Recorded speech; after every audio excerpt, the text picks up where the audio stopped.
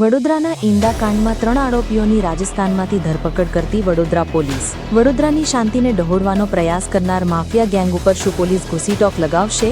Mafia ગેંગનો mastermind રાજસ્થાનથી ઝડપાયો, પણ વડોદરામાં લોકો એવી પણ ચર્ચા કરી રહ્યા છે કે આ ષડયંત્રમાં એક મહિલાનો સીધો હાથ છે।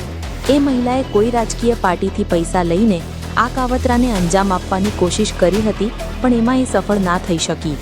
હવે વડોદરા પોલીસ શું આ ગેંગના સભ્યોને કઈ કલમો લગાડીને જેલના સળિયા પાછળ નાખે છે કે પછી આવા ખૂંખાર માફિયા ગેંગના સાગરીતો થોડા સમયમાં બહાર આવી અને પોતાની દાદાગીરી ફરીથી લોકો ઉપર અજમાવશે?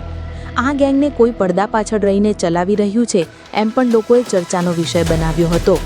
ગેંગના મુખ્ય આરોપી જુનેદ સિંધીને વડોદરાનો ડોન લોકો માને એવા સપના જોઈ રહ્યો હતો।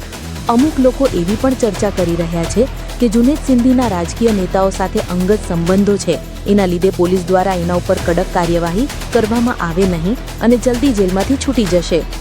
પાણી ગેટથી માંડવી રોડને બદનામ કરવાના કાવતરામાં કોઈ મહિલા પણ સામેલ છે એવી પણ લોકમુખે ચર્ચા થઈ રહી છે।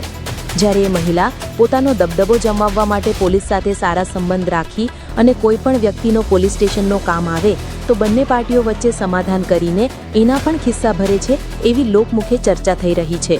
હવે પોલીસ શું કામગીરી કરે છે એ જોઈએ। વડોદરા શહેર પોલીસને બાતમી મળેલ કે 3 આરોપી રાજસ્થાન ખાતે છે, જેથી વડોદરા શહેર પોલીસ દ્વારા તાત્કાલિક અત્રેથી એક ટીમ રવાના કરવામાં આવેલ અને જે આરોપીઓ રાજસ્થાન ખાતે હતા તેમને રાજસ્થાન પોલીસની મદદથી ઝડપી લેવામાં આવેલ છે અને તેમને અત્રે લાવીને હાલ એમની તપાસ ચાલુ છે।